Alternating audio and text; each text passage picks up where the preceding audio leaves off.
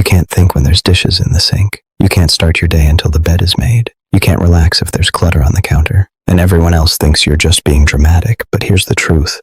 You're not uptight. Your brain is wired differently, and the mess isn't just visual noise. It's stealing your mental bandwidth, and there's actual psychology behind why you function like this. Picture this. You sit down to work on something important, maybe a project you've been putting off, and you're ready to focus. But out of the corner of your eye, you see the pile of laundry, the stack of mail, the shoes that didn't make it to the closet, and suddenly, you can't concentrate. It's not about being perfectionist. It's about your brain running a background program you didn't ask for, constantly scanning your environment and turning chaos into static. Here's what's really happening. You're not just organized. You're managing cognitive load in real time. When your space is cluttered, your brain treats every item as an open task, a decision that hasn't been resolved yet. That laundry pile? It's not just clothes. It's a reminder, a to-do, a small failure loop playing on repeat.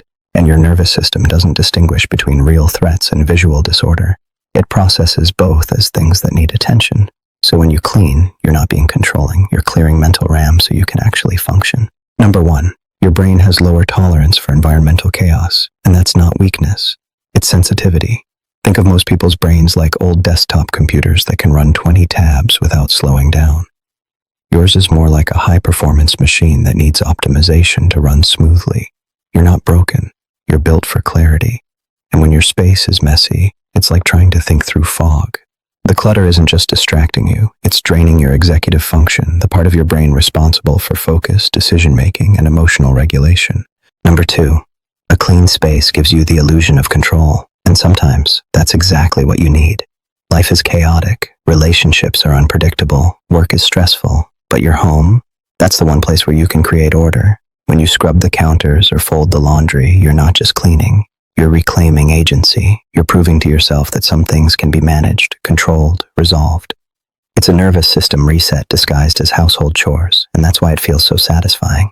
Number 3, mess triggers your threat detection system because disorder signals instability. Evolutionarily, humans survived by recognizing patterns and detecting anomalies. A clean, organized environment meant safety, predictability, resources under control.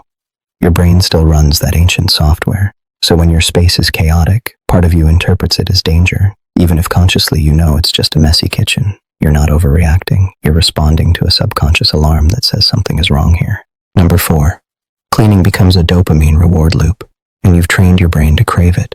Every time you tidy up and see the result, your brain releases a hit of dopamine. Task completed, order restored, problem solved.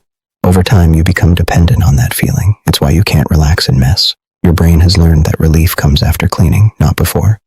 You're not addicted to perfection. You're hooked on the neurochemical payoff of resolution. Number 5, you externalize your internal state, and your environment becomes a mirror. When your space is clean, you feel calm. When it's messy, you feel scattered. You're not imagining this connection. Research shows that physical clutter correlates with cortisol levels and emotional distress.